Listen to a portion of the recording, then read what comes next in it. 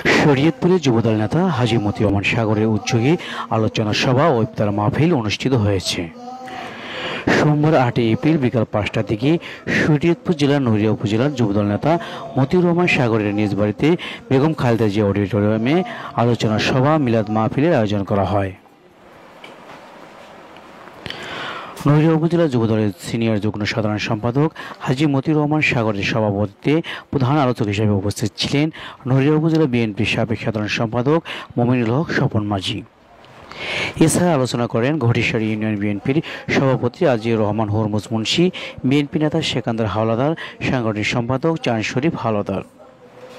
এ সময় উপস্থিত ছিলেন বিএনপি নেতা নান্নু মাঝি, যুবদল নেতা রাজ্জাক মালত, জসিম ঢালি, শারফিন খান, আলাউদ্দিন মোল্লা, স্বেচ্ছাসেবক দলের সভাপতি বুরহান কবির, ছাত্রদলের সভাপতি ইমরান সর্দার ও ছাত্রনেতা সজিবুর রহমান হৃদয় সহ বিএনপি বিভিন্ন অঙ্গ সংগঠনের নেতৃবৃন্দরা। এ সময় বিএনপি চেয়ারপারসন বেগম খালেদা জিয়ার আশু রোগ মুক্তি কামনা করেন এবং সাবেক রাষ্ট্রপতি জিয়াউর রহমান ও তার কনিষ্ঠ পুত্র আরাফাত রহমান কোকো সহ সকলের জন্য দোয়া করা হয়।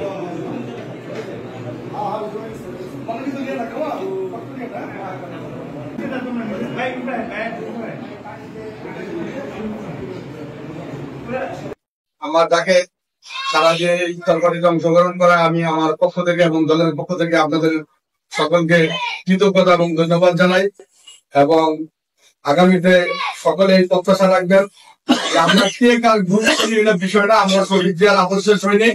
আমাদের ভিতরে যেন কোনো অন্ততপক্ষে রাজনৈতিক প্রতিযোগিতা থাকবে কিন্তু প্রতিহিংসা থাকবে না।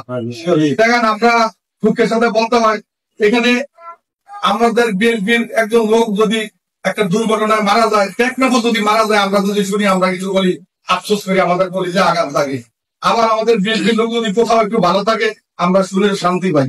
কিন্তু আবার আমাদের মাঝখানেও কিছু আছে এই গ্রুপিং এর কারণে, যেমন দেখা গেছে আমাদের একটা সাধারণত গ্রেফতার হইলে মামলা মোকদ্দমা হইলে আমরা একটা সামান্য একটা ফেসবুকে ইস্তারা দিত কাঠমাত্রা করি যে মনে হয় একটা ব্যক্তিগত মামলা বা মনে হয় এটা দিলে কি আমাদের গ্রুপিং নজরে যায় কিনা। আমাদের ভিতরে এই কাঠমাত্রা থাকা উচিত না। সম্মানিত বাংলাদেশ জাতীয়তাবাদী দল বিএনপির নেতৃবৃন্দ, এখানে যুবদল আছেন, ছাত্রদল আছেন এবং মূল্যবান নেতৃবৃন্দ আছেন, সকলকে আমি অভিনন্দন জানাই। বিশেষ করে অভিনন্দন জানাই মতিউর রহমান সাহেবকে, যে দলের ক্রান্তি লগ্নে নড়িয়ার বিভিন্ন এলাকায় আমরা এখন ইফতার পার্টি করতে পারতেছি না, বিভিন্ন প্রোগ্রাম করতে পারছি না, সেখানে সেই সাহস নিয়ে সে আজকে আপনাদেরকে দাওয়াত করছে। আমরা সেই দাওয়াতে আমরা উপস্থিত হয়েছি। আমরা আল্লাহ পাকের কাছে শুকরিয়া জানাই আমাদের যেন ভবিষ্যতে যেন আমরা আমাদের কর্মকাণ্ড আমাদের পরিচালিত করতে পারি এবং আগামীতে আমাদের নেতৃত্বের জন্য আমরা যেন তাদের কামনায় আমরা যেন দোয়া করি। আমরা প্রত্যেকেই যেন নামাজ পড়ি ব্যক্তিগতভাবে যে দোয়াটা আমরা করি তার